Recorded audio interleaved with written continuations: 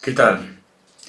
La semana empezó, la semana política, no la semana calendaria o cronológica, empezó con el asunto de la confianza. En fin, una confianza avara, mezquina, con las justas, apretadísima. 68 votos a favor de la confianza, 56 en contra, una abstención y 16 votos del oficialismo en contra del propio gobierno, lo cual confirma ya de un modo oficial la ruptura de la bancada oficialista, ¿no? La quiebra de la bancada oficialista. Se ha deshecho la bancada oficialista, hay 16 por lo menos que están con Vladimir Cerrón y en contra de Castillo, con lo cual todo se hace más difícil para un gobierno incomprensible, para un gobierno indescifrable, para un gobierno débil y azaroso, para decirlo con suavidad, ¿no? Un gobierno de corta duración, no se sabe, cada vez hay más interpretaciones psicoanalíticas sobre la cosa, sobre lo que quiere Castillo. Hay muchos que piensan que Castillo quiere ser vacado, hay muchos que piensan, y ha vuelto a escribir el psicoanalista Jorge Brus al respecto, que Castillo tiene el síndrome del impostor, el síndrome de aquel que siente que no está haciendo lo suyo, que está en un papel que no le corresponde, y entonces hace todo lo posible por salirse del papel. Bruce dice que el hecho de que Castillo primero que nada dijera no voy a Palacio, y efectivamente fue una de sus primeras declaraciones como presidente ya proclamado, no hizo esa declaración, sino expresar justamente de un modo freudiano su deseo de no gobernar. Y cada vez es más claro que, y lo dicen además algunos opinólogos enjundiosos, cada vez es más claro que no quiere gobernar. O sea, que le es difícil gobernar, y como le es difícil y a veces imposible, simplemente no gobierna, no toma decisiones, las posterga y plantea el silencio como una especie de aporte a la política, ¿no? Mi silencio aporta, no aporta nada Castillo, presidente, no aporta nada, lo único que aporta es ese festival de incertidumbres. Y claro, 68 votos a favor, 56 en contra, con 16 votos del oficialismo contra el gobierno, dan una idea de cómo están las cosas. Los que votaron en contra, siendo de Perú Libre, fueron María Agüero, Guido Bellido, Guillermo Bermejo, Valdemar Cerrón, por supuesto, Flavio Cruz, Alex Flores, Américo Gonza, Segundo Montalvo, Margot Palacios, Alfredo Pariona, Kelly Portalatino, Wilson Quispe, Jaime Quito, Augusto Reyes, Silvana Robles y María Taipe. Los 16 congresistas, hijos de Judas, ¿sí?, que decidieron decirle no a su propio presidente. Claro, yo estoy equivocado. Su propio presidente no es Castillo. Su propio presidente es Cerrón. Este zombi político que maneja un pedazo de la bancada y que quiso manejar al gobierno y que va a insistir hasta el final en si no puede controlar el gobierno, pues lo hará hundirse. Y claro, por eso es que ya se habla del fujicerronismo, ¿no? No importa, si se alía con Fuerza Popular para sacar a Castillo como revancha por la insubordinación, por el desacato de Castillo, bien hecho. Hasta eso está dispuesto a llegar el señor Vladimir Cerrón. El gobierno necesitaba 64 votos, necesitaba 66 votos, perdón, y obtuvo 68. Como dirían los adolescentes, dosito más, dos nomás. Y claro, eso expresa la cruda realidad, ¿no? Es un gobierno precario, con un Congreso voraz que quiere comérselo íntegro, y digamos que cada vez encuentra más motivos para alentar la tesis esta perversa, antidemocrática de la vacancia. Pero, claro, le dan la confianza precaria de 68 votos, mucho cuidado, 68 votos es 5 votos menos de los que obtuvo el señor Bellido, que obtuvo 73 votos a favor. La señora Mirta Vázquez ha obtenido 68, el señor Bellido obtuvo 73, la señora Violeta Bermúdez, antes, obtuvo 111, y el gabinete de Walter Marto obtuvo 115. Para que vean ustedes la precariedad del voto de confianza que ha obtenido la señora Mirta Vázquez, ¿no? Claro, entonces obtiene esta confianza precarísima, chiquitita, y lo primero que hace el presidente es, se va de viaje y empieza a hablar de los pituquitos, la segunda reforma agraria, nosotros los campechanos, los que sí sabemos tirar pala y pico. Entonces la gente se pregunta, ajá, otra vez, digamos, queriendo la confrontación con no se sabe quién, ¿no? No se sabe con qué fantasma, en este caso está peleando. Porque nadie se ha opuesto a la reforma agraria, a la segunda reforma agraria, nadie ha dicho quién hizo la primera, todo el mundo sabe que la hizo Velasco, y la hizo profundamente, y la hizo bien, y puso a Tupac Amaru en palacio sin miedo, y por primera vez un militar con 3 estrellas de general dijo: la Fuerza Armada no es más el mastín de la oligarquía, y por eso lo odia la derecha, y por eso lo odiará la derecha para siempre, jamás.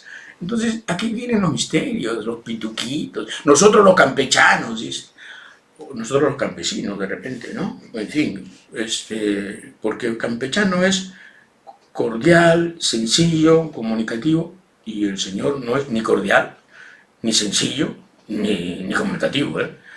El señor Castillo no tiene nada de campechano. Si fuera campechano daría conferencias de prensa cada rato, estaría muy suelto de huesos hablando de sí mismo, de su gobierno, de sus ministros, de los problemas, y, en fin, sería un tipo que no le tendría miedo a la comunicación, a la repregunta, a la maldita repregunta. Me dicen de muy buena fuente que Castillo cada día odia más a la prensa, que la odió desde antes. Sí, claro. Si yo fuera él también lo odiaría, desde luego, si yo fuera él.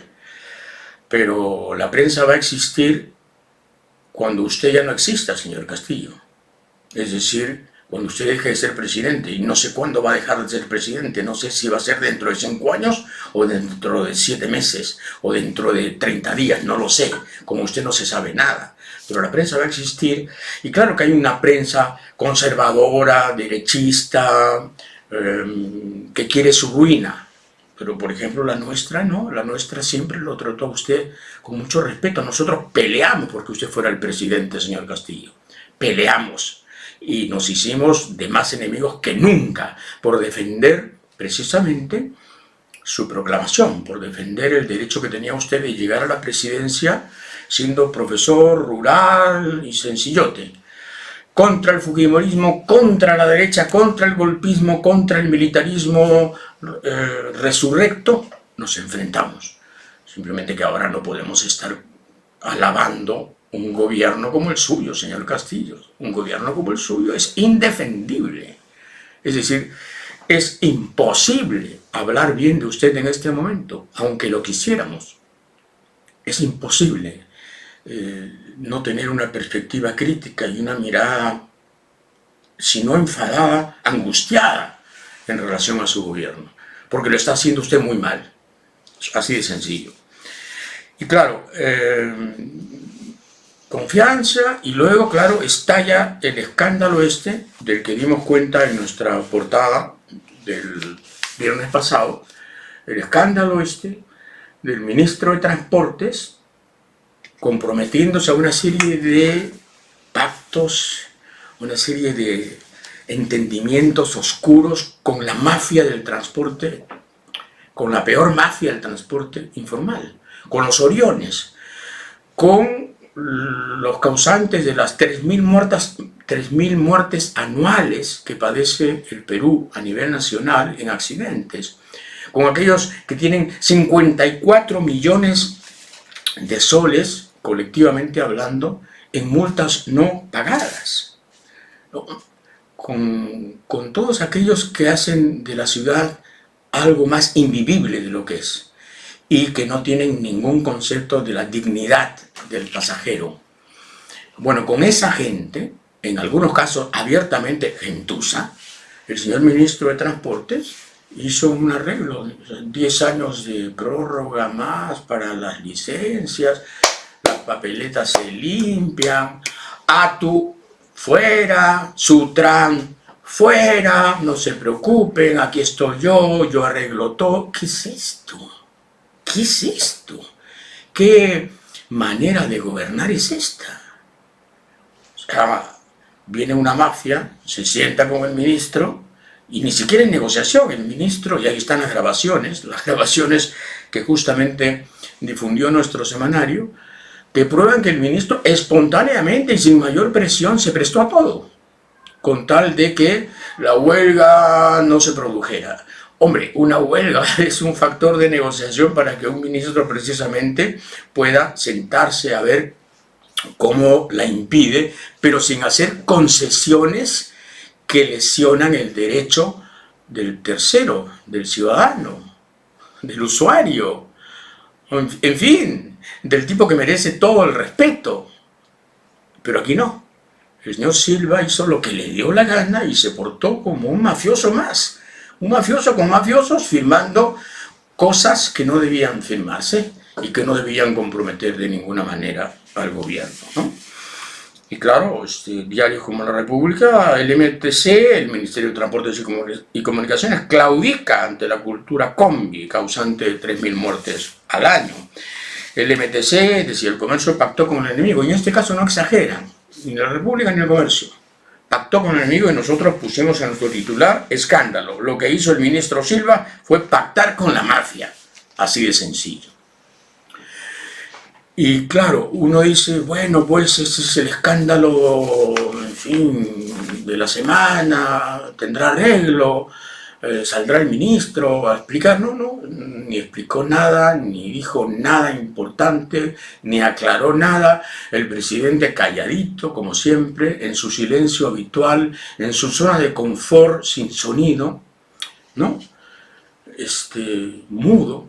Y bueno, cuando esto ya se estaba, digamos, no olvidando, pero sí atenuando, que los días pasan y las cosas se van borrando, inmediatamente, desde luego, el otro escándalo.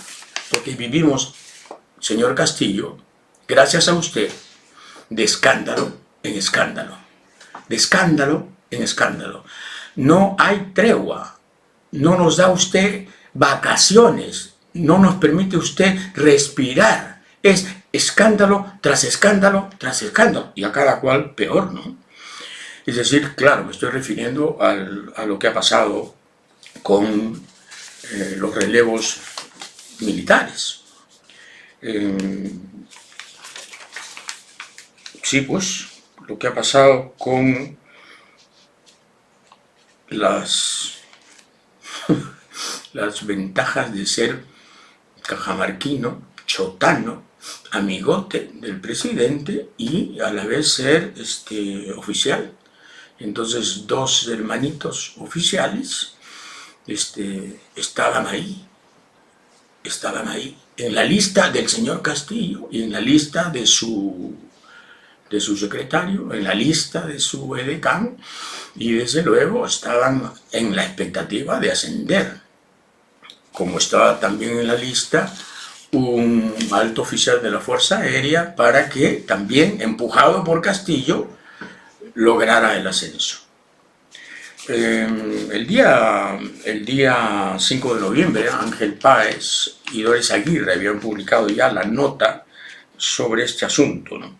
Cada instituto armado organiza una junta de selección que aprueba las vacantes, formula el cuadro de méritos y propone a los oficiales para el ascenso de grado. Según fuentes consultadas, en este caso el Ejecutivo planteó al general José Vizcarra promover al grado de general de brigada a los coroneles Fidel Bocanegra Burga y Ciro Bocanegra Loaiza. medios hermanos ambos. El primero es de la promoción egresada en el año 93, Mariscal Toribio de Luzuriaga y Mejía, y es del arma de infantería, y el segundo es de la misma promoción y pertenece al arma de caballería. Estos oficiales no habían sido propuestos por la Junta de Selección del Ejército, por lo que el entonces comandante general recurrió a la propuesta de 24 coroneles aprobada por la Junta de Selección. En fin, no debían ascender porque no estaban en el cuadro de méritos y, sin embargo, la presión se dio y en un momento dado el ministro de Defensa le dijo al renunciante comandante general del Ejército, ¿y qué pasó? ¿Por qué no están? Entonces el comandante general del Ejército, después destituido, le explicó a este señor que no había cómo. Los coroneles Fidel Bocanegra y Sir Bocanegra son naturales de Tacabamba, el mismo distrito donde nació el presidente Pedro Castillo Terrones. Sir Bocanegra nació en Tacabamba en el año 71, pero su hermano Fidel, por parte de padre, lo hizo en Lima en 1968. En el caso de la Fuerza Aérea, querían ascender a teniente general a un señor que no es aviador, y eso no es posible. El único caso excepcional fue precisamente el del favorito de Fujimori, el Svan Bello, que siendo de inteligencia llegó a teniente general de la Fuerza Aérea. Pero al final el castigo fue que los comandantes del Ejército y de la Fuerza Aérea, ambos se negaron a los ascensos promovidos desde Palacio, fueron destituidos. O sea, esto es grave. Esto es muy grave porque el presidente, ya no digamos sus ayudantes, eso es una hipocresía hablar de que ha habido tentativas de presión por parte de gente del entorno de Palacio. No, el presidente a través de su secretario, directamente presionando para que sus amigotes de Cajamarca asciendan. En el caso del Ejército, 2 coroneles, en el caso de la Fuerza Aérea, un mayor general. Y entonces, esto es, por supuesto, un golpe muy rudo contra el gobierno y, desde luego, lo único que hace es alimentar a la derecha, que está en este momento brindando con champán francés. No con champán nacional, con champán francés. Porque, claro, esta sí que es una metida de pata que erosiona al gobierno y además lesiona la relación del gobierno con la Fuerza Armada, cosa que es gravísima dada la delicadísima situación en la que estamos. Estamos en una situación política muy difícil, un gobierno de izquierdas muy errático, un gobierno de izquierdas que está acusado de estar próximo a algunas posiciones que merodean al Movadef y al CONARE y a la FENATEF vinculada al CONARE y todo lo demás, y en este momento justamente una Fuerza Armada institucional tranquila, moderada, paciente y marginal, que de pronto se ve provocada, así, picada, picoteada por el presidente de la República y por sus ineptos ayudantes. O sea, presionar al comandante general del Ejército para que ascienda a dos coroneles cajamarquinos amigotes y a otro que también es amigote en la Fuerza Aérea. ¿Qué es esto? ¿Qué es esto? Esto es el gobierno de Castillo. Escándalo tras escándalo tras escándalo, y es ineptitud tras ineptitud tras ineptitud. La pregunta es, ¿hasta cuándo, presidente? ¿Hasta cuándo? ¿Hasta cuándo va a haber esta especie de torneo tácito del error, en el que usted es archicampeón, megacampeón, indiscutible as? ¿Hasta cuándo? ¿Hasta que lo voten? ¿Eso quiere usted? ¿Usted quiere salirse del asunto y quedar como un héroe, sí, pues me dieron un golpe. ¿Quiere eso? Porque los peruanos no quieren eso. Los peruanos quieren que usted aprenda a gobernar, aprenda a enfrentar los problemas con lucidez y sea usted un presidente honorable estos próximos 5 años. Eso quieren los peruanos y eso quiere el periodismo que no está en la conspiración golpista de la derecha. Pero ¿qué quiere usted? ¿Qué quiere usted? Dicen que el miércoles va a hablar. Ojalá que pueda decirle a la gente, yo quiero seguir en la presidencia, porque de eso se trata. De eso se trata. Queremos saber si usted quiere seguir en la presidencia o quiere que lo voten. Por vacancia o por pronunciamiento militar o por lo que sea. Queremos saber si usted quiere seguir en la presidencia. Se lo digo con todo respeto, pero además también indignado, ¿no? Porque usted está desperdiciando una gigantesca oportunidad de hacer cosas y de ser el representante de un sector que durante tantos años ha estado marginado de la política. Bueno, el presidente de la República le pidió esta tarde al señor Walter Ayala, el ministro de Defensa, voy a decir el término que tanto le disgusta a algunos columnistas, impresentable, impresentable, le pidió su renuncia. Es curioso porque hace 40 minutos más o menos el señor Walter Ayala, ministro de Defensa, embarcado, implicado en este asunto tan feo, ha tuiteado y ha dicho, he puesto a disposición mi cargo. ¿Cómo? Pero si el presidente le ha pedido la renuncia, ¿cómo que ha puesto a disposición su cargo? Ya se fue. Pero así es este gobierno, porque el presidente dice, el presidente manda a decir en las radios, sobre todo en RPP, que ya le pidió la renuncia. O sea, si el presidente le pide la renuncia a un ministro, está eliminado, pero así de inmediato, fulminado. No, ahora tuitea y dice, he puesto mi cargo a disposición, he cumplido con mi país. No, usted no ha cumplido con su país, usted ha cumplido con sus amigotes. Usted ha cumplido con sus amigotes porque usted se ha prestado a la presión para ascender a sus amiguetes. A sus amiguetes, así de sencillo, ¿no? Y claro, todo lo destapó el general Vizcarra, ¿no? El comandante general del ejército destituido malamente el día 3, aunque la resolución se publicó el día 6, ¿no? Dijo, no es de mi agrado mencionar esto, pero luego de oír al ministro de Defensa tengo la obligación de informar con la verdad. El principal problema es que el presidente ni el comandante general me informaron sobre mi pase al retiro. El ministro de Defensa, Walter Ayala, y el secretario general de Palacio, Bruno Pacheco, insistieron en los ascensos de varios recomendados. Insistieron tanto que tuvimos intercambios de ideas sobre cómo funcionan las Fuerzas Armadas que ellos no pudieron entender. Tremendo, ¿no? Tremendo. Y claro, esto va a tener un costo. Porque la pregunta final sobre este capítulo, el más chusco de todos los que hemos padecido en estos 100 días, la pregunta final es, ¿qué quieren? ¿Para qué quieren controlar la Fuerza Armada con gente afín?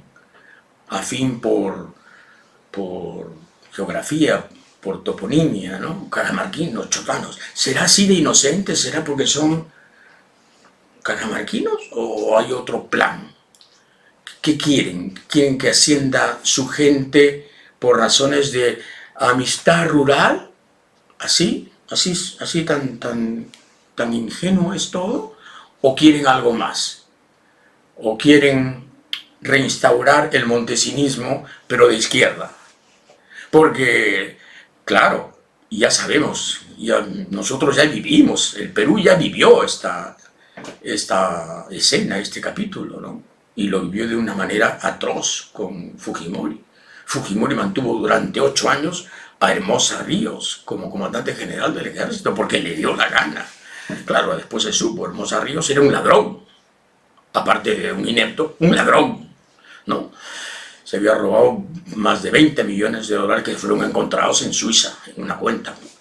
Comisiones que repartía Montesinos, compra de armamentos. Y hizo lo que le dio la gana. O sea, ya hemos tenido un gobierno militar con Fujimori, un gobierno corrupto con Fujimori, un gobierno donde la Fuerza Armada se envileció al máximo, como nunca lo había hecho antes. Como nunca lo había hecho antes. El envilecimiento de la Fuerza Armada con Fujimori no tiene precedentes. Vamos a hablar quizá más tarde un poco de los militarismos en el Perú, pero lo que pasó con la Fuerza Armada y Fujimori no tiene antecedentes en la historia del Perú. Entonces, ¿qué quiere? ¿Qué quiere el señor Castillo? ¿Quiere convertir a su secretario en un nuevo Montesinos? Pues le salió Cuadras a la primera. Ok, vamos a ver si no hay nuevos intentos. Es importante estar alertas, es importante estar atentos. Estamos escarmentados al respecto. Y Nicaragua, sí, pues, así se logran las cosas, ¿no? Muchas veces se controla la Fuerza Armada y en realidad entonces se controla casi todo. En países de Latinoamérica eso es una triste realidad. En Nicaragua, el señor Daniel Ortega ha logrado su cuarta reelección consecutiva, pero en realidad es la quinta vez que va a gobernar Nicaragua. El presidente de Nicaragua, así dice el cable, el sandinista Daniel Ortega, fue reelegido para su quinto mandato de 5 años, cuarto consecutivo, en los comicios generales de este domingo, pero no ha logrado el reconocimiento de la mayoría de la comunidad internacional, que este lunes desconoció el proceso.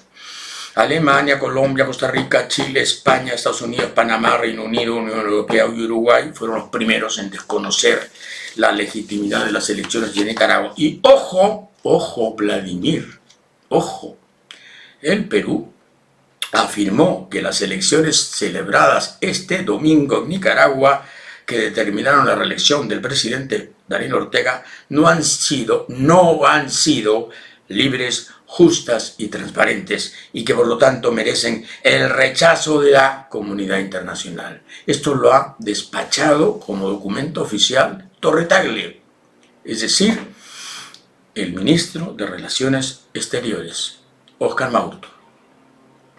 Vladimir. ¿Y ahora? Bueno, la ruptura se consolida. La grieta se agranda, el abismo se ensancha. Y Cerrón debe estar simplemente con hepatitis después de este comunicado de Torre Tagle, porque claro, Cerrón respalda las elecciones en Nicaragua, ¿no? Ha dado un gran saludo al camarada Ortega, ha dicho que son elecciones libres, que Nicaragua es un país soberano. Claro, ¿cómo no va a estar con Ortega si él hubiese querido hacer lo mismo con el Perú?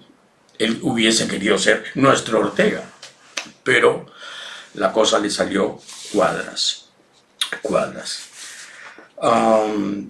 Y claro, Evo Morales también ha felicitado al señor Ortega, ¿cómo no? Por supuesto. Y Vladimir Putin. Bueno, creo que la Federación Rusa se merece algo mejor, ¿no? Se merece algo mejor que la política exterior del señor Putin, que realmente, en fin, despilfarra el poco prestigio que le queda. La aprobación de Castillo en las regiones en donde él arrasó. ¿Recuerdan esas elecciones últimas, no? ¡Wow! Cuando veíamos los promedios, las avalanchas, los aludes de votación para Castillo, uno decía, Dios mío, en Puno, casi 80%, en Arequipa, en Cusco, en Huancavelica, madre mía. Bueno, según la encuesta última del Instituto de Estudios Peruanos, la aprobación de Castillo en el sur general, ha pasado de 57 de aprobación que tenía en promedio en septiembre, ahorita nomás, ha pasado a 42, ha bajado 15 puntos. 15 puntos. La aprobación rural, la votación no urbana, nivel nacional, encuesta IEP, aprobación de Castillo, votación rural, ha pasado de 54 en septiembre a 40 en octubre, 14 puntos menos. Y la votación de Castillo en los niveles socioeconómicos D y E, los más necesitados, los más pobres, los menos afortunados, ha pasado de 49 a 40, 9 puntos menos. Señor Castillo, no es la prensa la que lo está fregando a usted, se está fregando usted solo. Esta encuesta del IEP, que no es Ipsos, que no es Datum, lo dice claramente. Está usted socavando la legitimidad social que lo llevó al poder. La gente no es tonta, la gente sabe distinguir entre lo que es sabotaje de la derecha, oposición cerril de la derecha, congreso vacador de la derecha, sabe distinguir eso de sus ineficacias, de su manera de ser y de actuar, de su carácter huidizo frente a la prensa y frente a sí mismo, frente a sus responsabilidades y por supuesto de la sucesión casi infinita de sus errores. Ministros mal nombrados, ministros, en fin, sacados no sé de dónde, decisiones que no se toman, omisiones terribles. Y claro, al final uno dice, Dios mío, ¿hasta cuándo va a durar esto? Y claro que uno quiere que dure, pero la pregunta es, ¿hasta cuándo vamos a soportar este terremoto continuo que es el gobierno del señor Castillo? Porque, claro, es un sismo que no cesa. Salimos del asunto Fuerzas Armadas, ministro de Defensa, ya lo destituyeron, ya salió, ¿se acabará ahí? ¿Cuál será el próximo? ¿Cuál será el próximo paso hacia el abismo? ¿Cuál será el próximo paso hacia el abismo? Esa es la pregunta que, digamos, no sin terror nos hacemos. Esperemos que la cosa no sea terrible, ¿no? Esperemos. Irma del Águila ha escrito un excelente artículo sobre la PUN. ¿Qué cosa es la PUN? P-U-N. Es la prueba única nacional. Es la que se le toma a los maestros anualmente.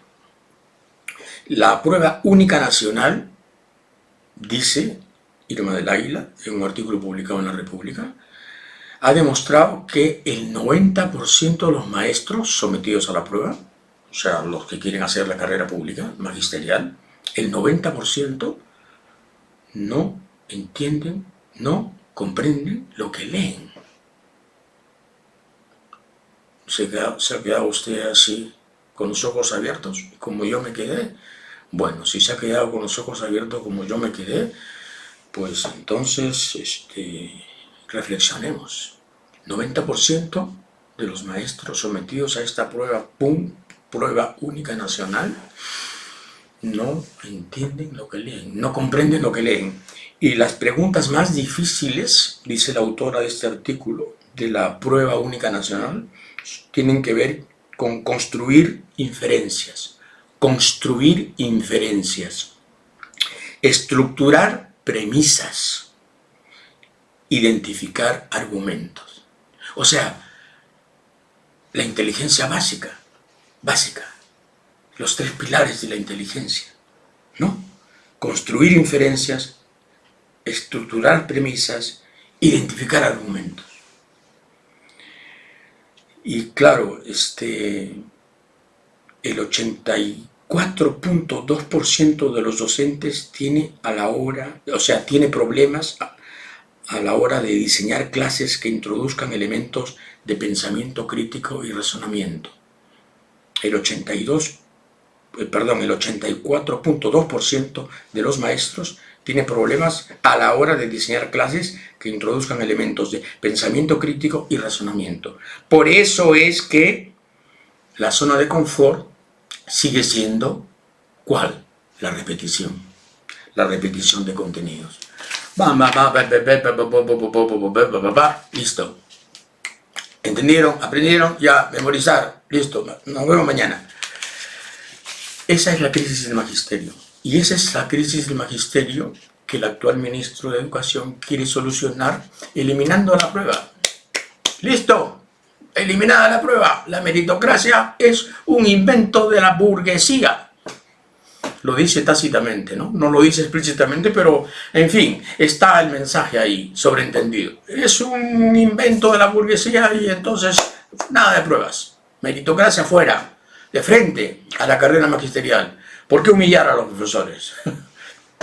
Y claro, ante esta realidad uno dice, qué espanto, ¿no? ¿A dónde nos quieren llevar? ¿A dónde nos quieren llevar? Al final de cuentas, la educación es la fragua del país, la fragua de la nación. Es decir, la raíz misma de lo que somos, de lo que vamos a hacer. Nada más importante que la educación. Y esta es la realidad. Esta es la realidad que el señor Castillo encarna, que su ministro representa y que las políticas que quieren implementar no hacen sino consolidar. Quieren para el futuro del Perú lo que ellos son. No lo vamos a tolerar. No vamos a permitir que la meritocracia desaparezca del magisterio, porque con poquitos años de meritocracia casi no hemos mejorado. Imagínense ustedes si la borramos por completo. Y entonces los amigotes de Cajamarca, los amigotes, chota entera, entrará a FENATEP y entrará a la carrera magisterial y tendremos, en fin, este problema del que acabo de hablar triplicado. Los costos mundiales de los alimentos se acercan a un récord histórico.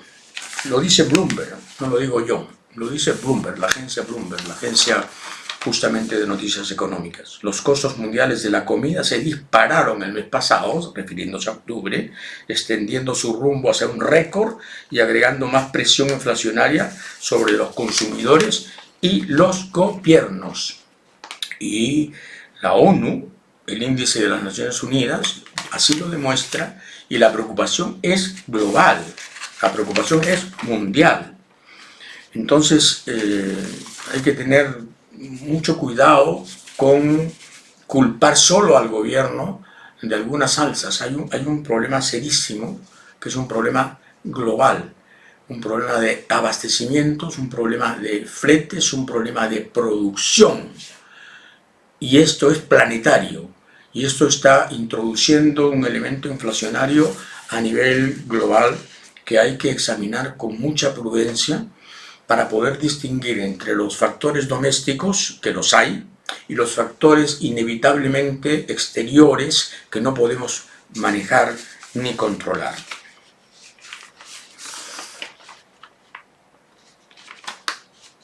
Y aquí está también, el índice FAO de los precios de los alimentos aumentó 3% respecto a septiembre hasta los 133.2 puntos.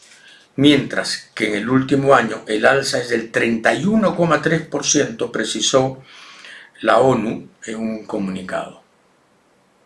O sea, solo los alimentos han crecido eso. Y la crisis es mundial y hay que tenerla en cuenta, ¿no?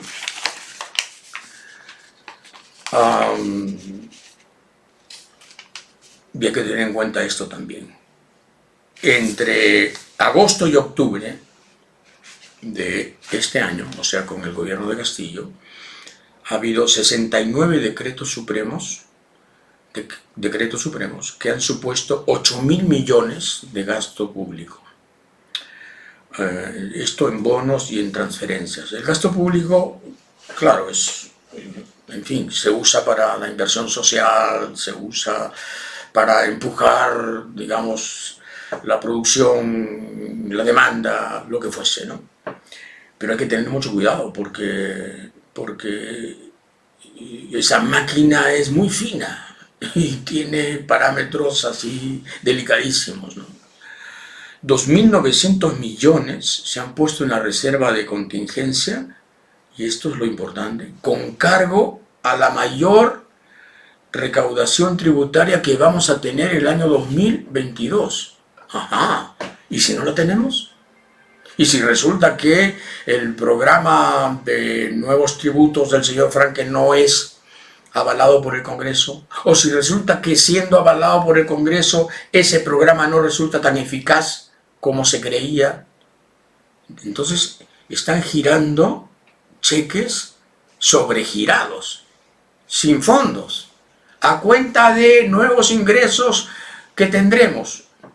Un momentito, mucho cuidado, mucho cuidado. Hay un artículo que salió esta semana de Diego Macera, es muy brillante, salió en el diario El Comercio, y dice bien claramente lo siguiente, es bien sencillo el artículo. Los economistas cuando hablan sencillo son encantadores, cuando hablan en el lenguaje enredado son espantosos, ¿no?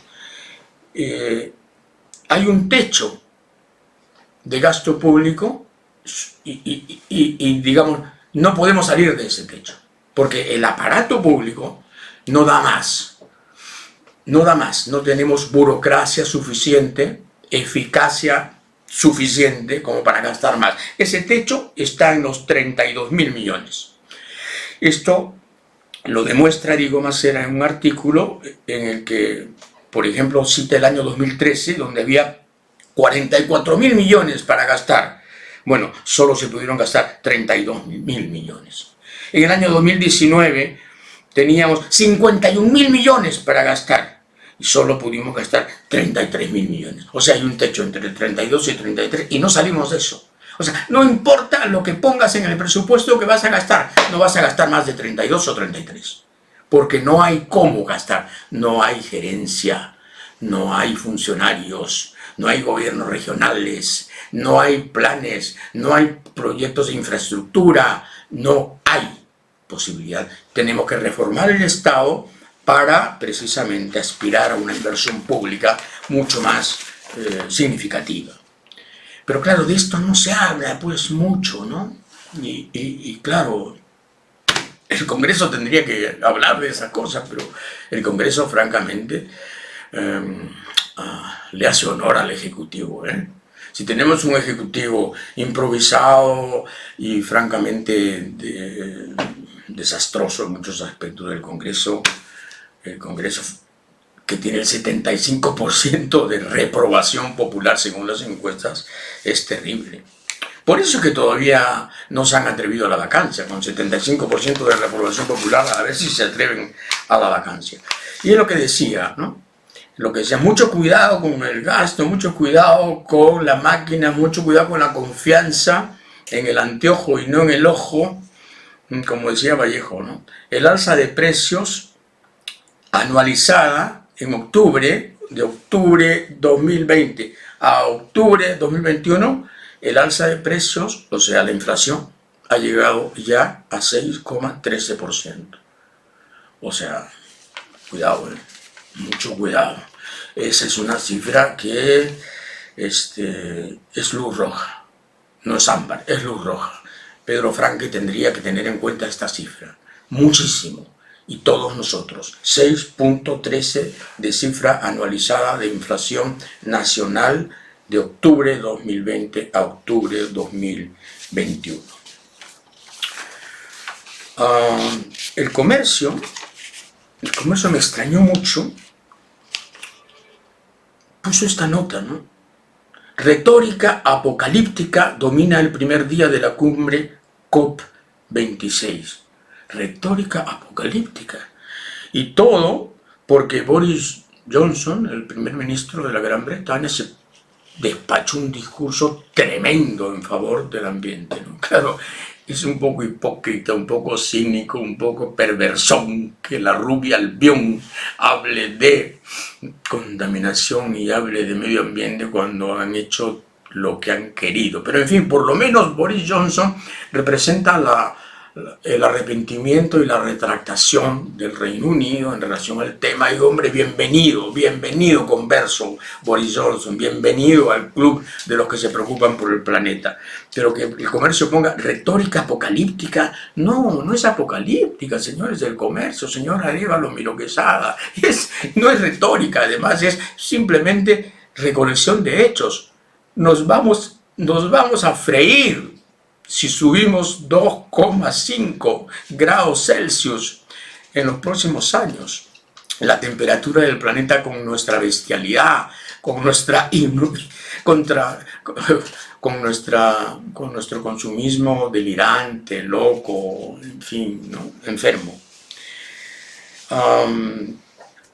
En fin, estuve leyendo ahora que se hablaba tanto del ministro de Defensa y los militares, estuve leyendo este libro, releyendo este libro de Víctor Villanueva.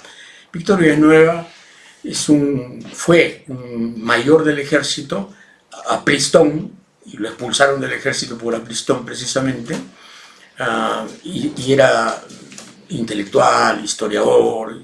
Yo lo conocí en Caretas porque iba mucho a visitar a Lévano y Lévano me lo presentó. Un gran tipo, muy inteligente, entrañable. Y él tiene este libro importante que es El militarismo en el Perú, pero escrito por un militar nada menos. Llegó a mayor, no pudo ascender más porque lo echaron, simplemente porque era aprista. Así de sencillo, aprista revolucionario en la época en que el APRA era... Y claro, cuando uno lee un libro como este se da cuenta de lo terriblemente importantes que han sido los militares en la historia del Perú. ¡Wow! El primer militarismo, el segundo militarismo, el tercer militarismo. Es decir, los militares han, digamos, copado la historia del Perú. Los primeros 50 años después de la independencia son ellos. O sea, el primer gobierno civil en el Perú fue el de Pardo en 1872. Nos habíamos independizado el 21, del 21 al 72. Todos eran caudillos, todos fueron caudillos, todos fueron militares, todos fueron engalonados y personajes con charreteras y con, en fin, y con ínfulas y con revoluciones y batallones y demás. Tremendo, ¿no?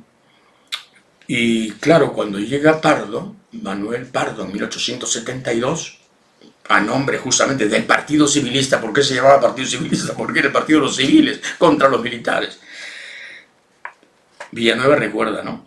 Las diversas reformas iniciadas por Pardo en el campo militar privaban de sus expectativas a muchos oficiales que visaban ya la presidencia de la República como meta de sus aspiraciones, porque en la carrera de un militar terminaba en la presidencia. Era parte, digamos, no era el generalato en la última instancia, era la presidencia, ¿no? Entonces, que visaban ya la presidencia de la República como meta de sus aspiraciones. Por otro lado, la disminución de efectivos les restaba posibilidades de ascenso, que serían cada vez más difíciles. Como consecuencia, se iniciaron sublevaciones de cuartel y atentados personales. En el gobierno de Pardo, el primer gobierno civil del Perú, 1872, nos habíamos independizado el 21, hasta el 72 no tuvimos un gobierno de un civil. Y entonces ahí vino la represalia militar. El capitán Boza disparó contra el presidente en la Plaza de Armas de Lima. El coronel Escobar se sublevó en Huancayo e hicieron lo propio el coronel Herrera en Canta, el comandante Bedoya en Ayacucho, el mayor Machuca en Arequipa y muchos otros en diversos lugares del país. Querían derrocar al gobierno civil e instaurar uno militar, posiblemente para llevar al poder al general Vivanco. El odio de los militares contra quien les había arrebatado el poder no quedó ahí. Años más tarde, cuando Manuel Pardo desempeñaba el cargo de presidente del Senado, fue asesinado por el sargento Montoya. La razón ostensible del crimen fue el proyecto de ley que se discutía en el Senado sobre ascensos de sargentos a oficiales que, según dicho proyecto, defendido por Pardo, deberían pasar previamente por una escuela militar. y lo mataron. Sí, pero el militarismo copa la historia.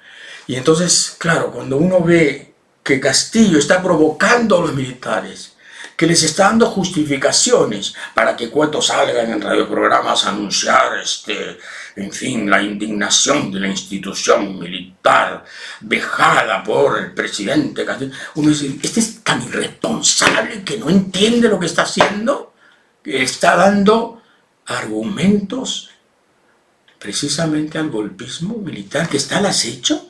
En toda nuestra historia estaba al acecho. Y con excepción del gobierno de Velasco, todos los golpes en el Perú han sido derechas. Con excepción de los 7 años del gobierno de Velasco, todos los golpes han sido derechas. ¿Eso es lo que quiere el señor Castillo? Piénselo, señor Castillo. Lea un poco, consulte un poco, hable un poco. Deje usted de hablar con sus amigos chotanos sobre frivolidades. Me dicen que ahora está usted hablando otra vez con amigos, en plena crisis con el Ministerio de Defensa. Trate de hacerlo mejor. De verdad, se lo pido. Porque está usted camino a la bancarrota política. Gracias.